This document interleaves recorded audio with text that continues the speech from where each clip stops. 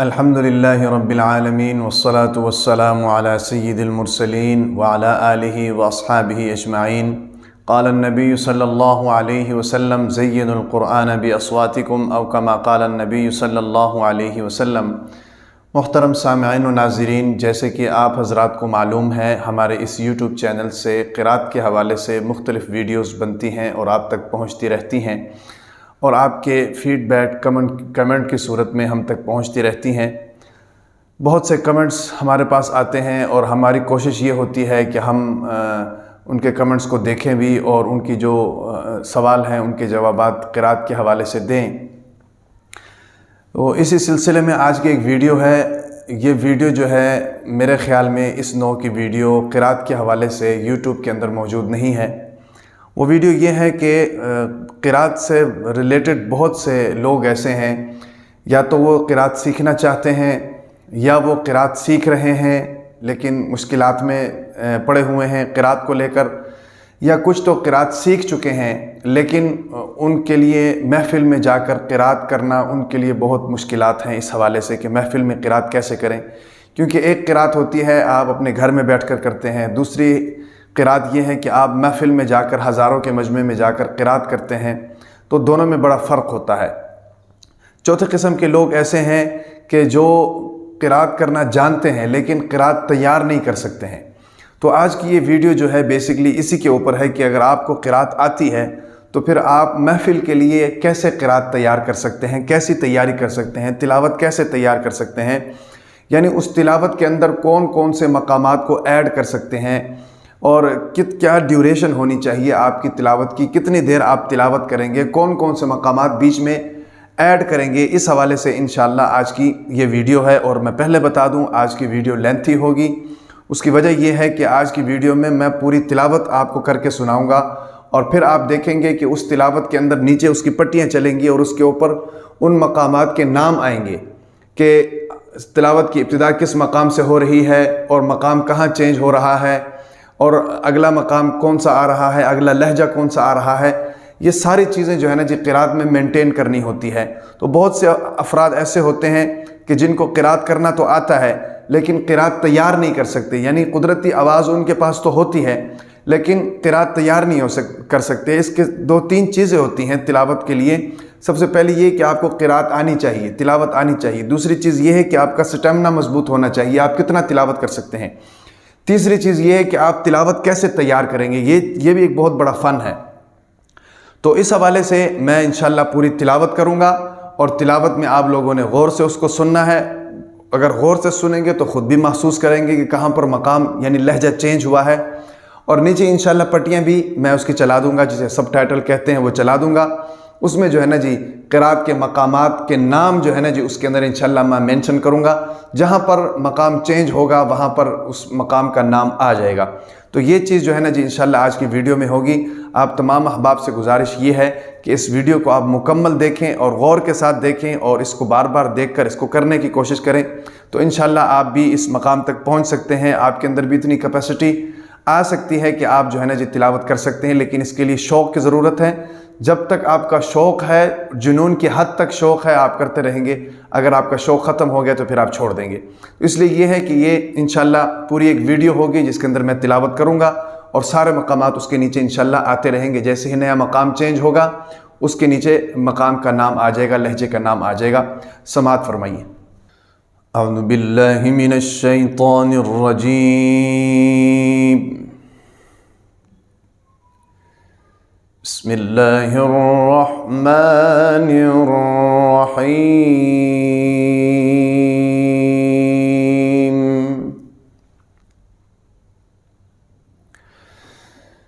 तबारकल्लज़ी जअल फ़िस समाइ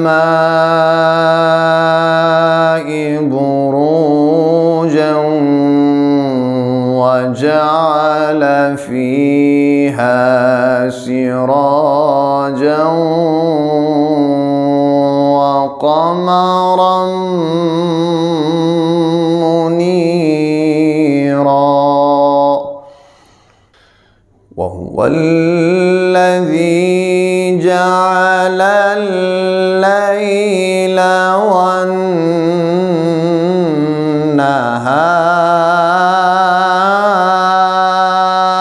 والنهار وهو الذي جعل الليل والنهار خلفة لمن أراد أن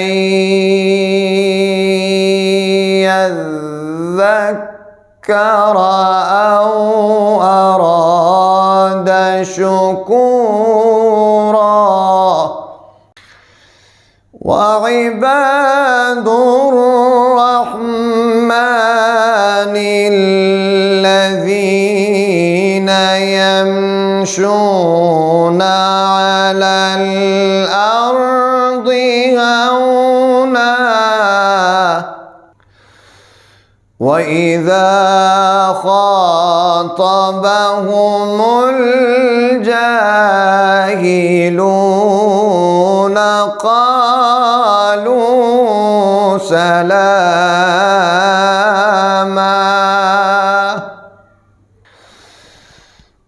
تبارك الذي جعل في السماء بروجا وجعل فيها سراجا وقمرا منيرا وهو الذي جعل الليل والنهار خلفة لمن أراد أن يذكر أو أراد شكورا.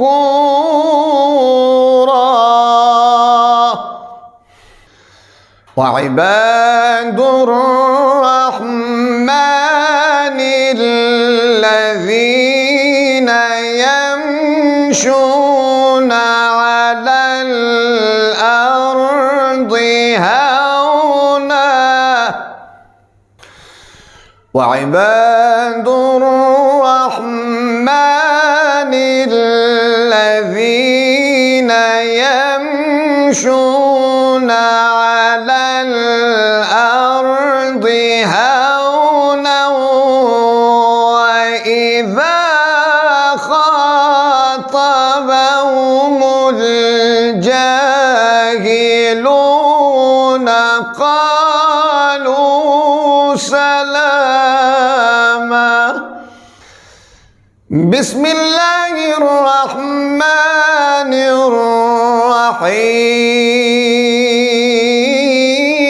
الرحيم. تبارك الذي جعل في السماء بروجا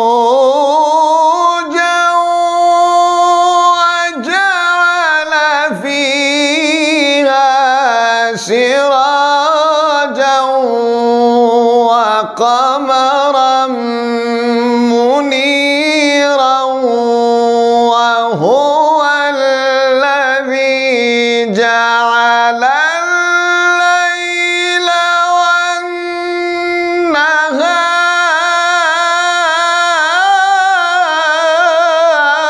والنهار وهو الذي جعل الليل والنهار خلفة لمن أراد أن يذكر أو أراد شكورا. وعباد الرحمن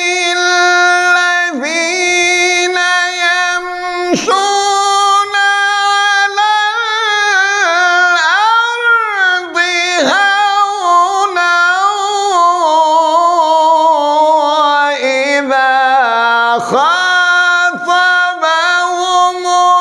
الجاهلون قالوا سلاما.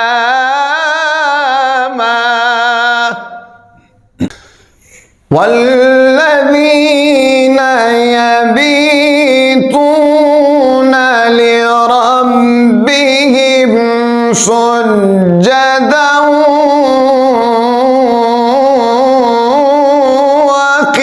وقياما.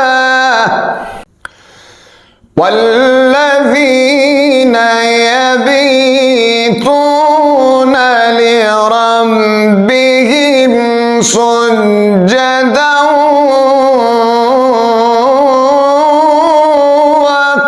وقياما.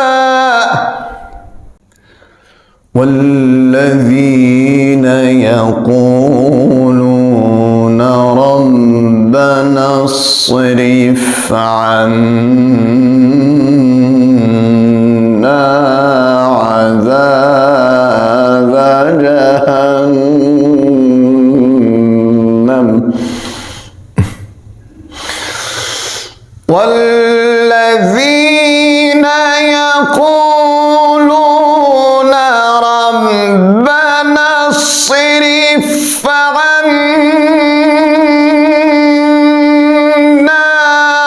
عذاب جهنم إن عذابها كان غراما إنها ساءت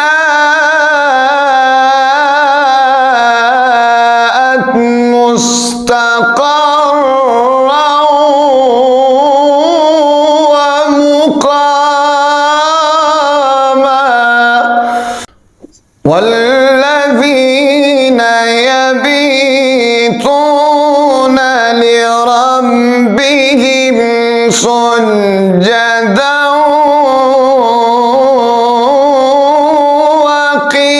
وقياما.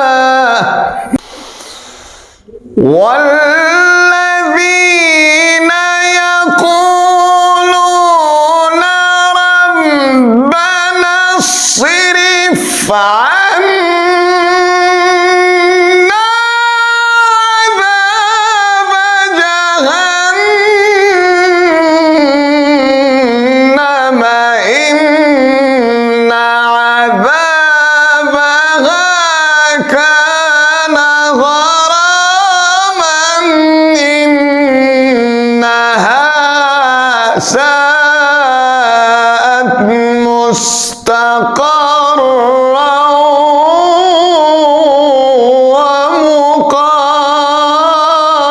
ومقاما. والذين إذا أنفقوا لم يسرفوا ولم يقتروا وكان بين ذلك قواما. والذين لا يدعون مع الله إلها آخر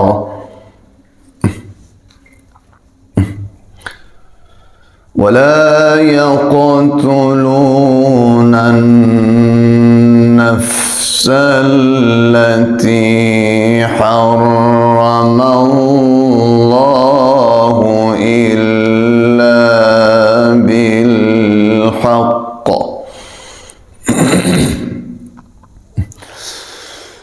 والذين لا يدعون مع الله إلها آخر ولا يقتلون النفس التي حرم الله إلا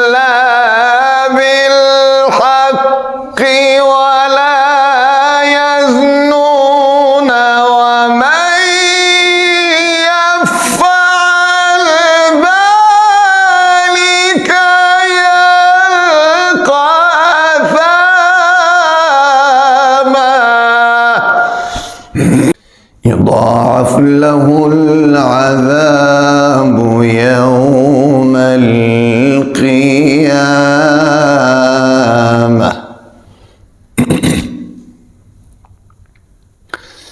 يضاعف له العذاب يوم القيامة ويخلد فيه مهانا. بسم الله الرحمن الرحيم.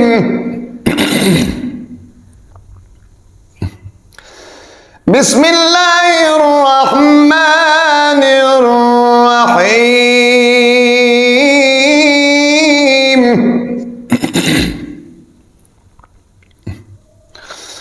الرحمن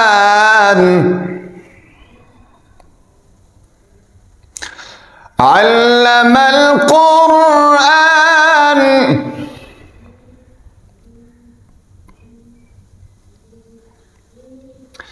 خلق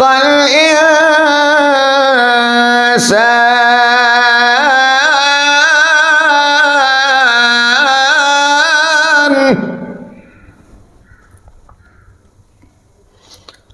علمه البيان.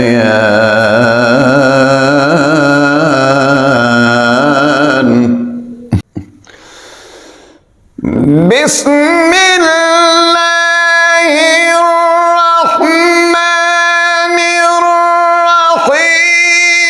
الرحمن علم القرآن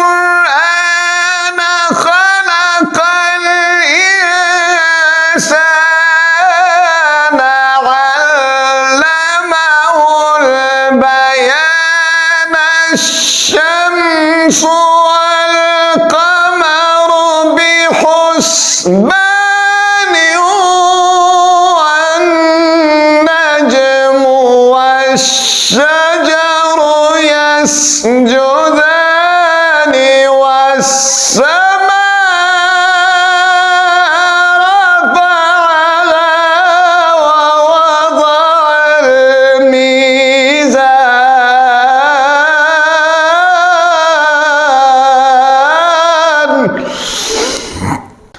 والسماء رفعها ووضع الميزان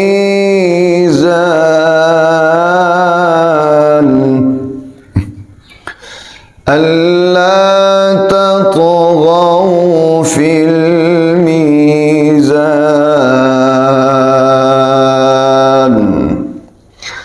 صدق الله العظीम.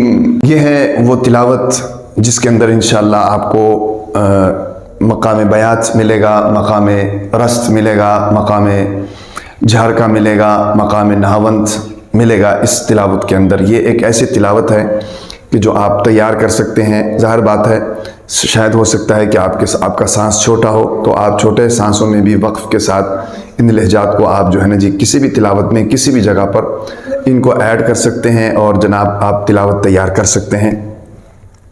लेकिन ये है कि इसके लिए मेहनत की ज़रूरत है। मेरा चूँकि गला ख़राब है, मौसम चेंज हो रहा है लाहौर का, तो मौसम के चेंज होने की वजह से ज़ाहिर बात है गले पर इफ़ेक्ट होता है, तो गला आज ख़राब है, इसलिए खुलकर फिर भी तिलावत नहीं हो सकी है। बहरहाल मैं माज़रत ख़्वाह भी हूँ इससे, लेकिन ये है कि कम से कम आपको इतनी बात जो है ना जी समझ आ गई होगी कि कहाँ पर लहजा चेंज हो रहा है, कौन सा मकाम आ रहा है, इस चीज़ को आपने महसूस कर भी लिया होगा और इंशाल्लाह और जो पट्टियाँ नीचे चल रही हैं उनको भी आपने देख लिया होगा। बहरहाल अब इस तिलावत को सामने रखते हुए आप जो है ना जी इन मकामात को आप पढ़ सकते हैं और अपने लिए एक बेहतरीन और ख़ूबसूरत तिलावत किसी भी महफिल में पढ़ने के लिए तिलावत आप तैयार कर सकते हैं। अल्लाह तबारक व तआला इन तमाम बातों पर अमल करने की तौफीक अता फरमाए।